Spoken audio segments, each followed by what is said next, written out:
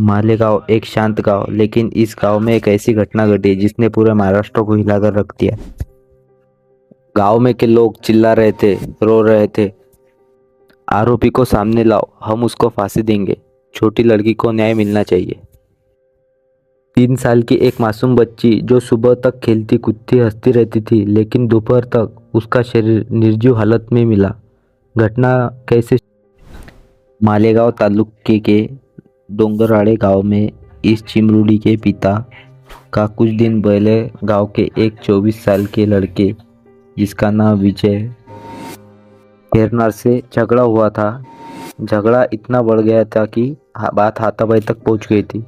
विजय खेरनार गांव छोड़कर चला गया, लेकिन उसके मन में बदले की आग जलती रही और उसी बदले को निकालने के लिए उसने वो किया जिसकी कल्पना गांव में किसी को नहीं थी।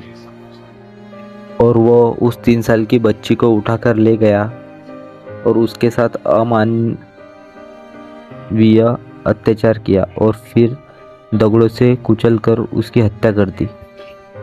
गांव का खून खोल गया। नागरिक सड़क पर उतर आए। मांग सिर्फ एक थी, आरोपी को फांसी होनी ही चाहिए। पुलिस की कार्रवाई शुरू हुई। पुलिस ने एक्शन लिया। सिर्फ 1 घंटे में विजय खेरनार को अटक किया गया। फॉरेंसिक रिपोर्ट फॉरेंसिक टीम की मौजूदगी में नासिक में कराया गया। सरकार ने पीड़ित परिवार को भरोसा दिलाया। केस फास्ट ट्रैक कोर्ट में चलेंगी। राज्य की तरफ से सबसे अच्छा वकील लिया जाएगा और अपराधी को कड़ी से कड़ी सजा यानी फांसी दिलाई जाएगी। नेताओं ने साफ कहा, ऐसे लोगों को महाराष्ट्र में जगह नहीं, लेकिन गुस्सा शांत नहीं हुआ।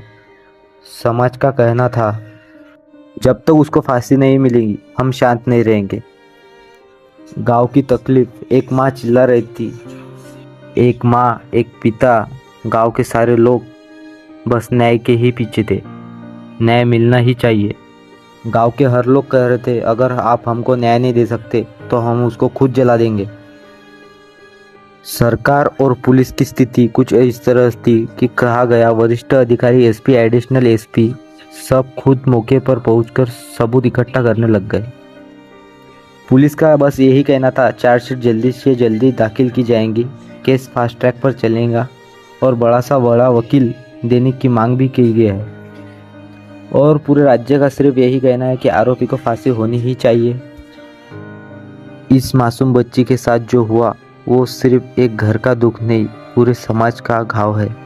आज यह केस हमें एक बार फिर ये याद दिलाता है, हमारे आसपास कुछ ऐसे लोग होते हैं जिनकी सोच राक्षस जैसी होती है। बच्चों को सुरक्षित रखना उनकी जिम्मेदारी सिर्फ परिवार की नहीं बल्कि पूरे समाज की होती है। अगर गांव समाज मिलकर जागरूक रहे तो ऐसी घटनाएं रोकी जा सकती है।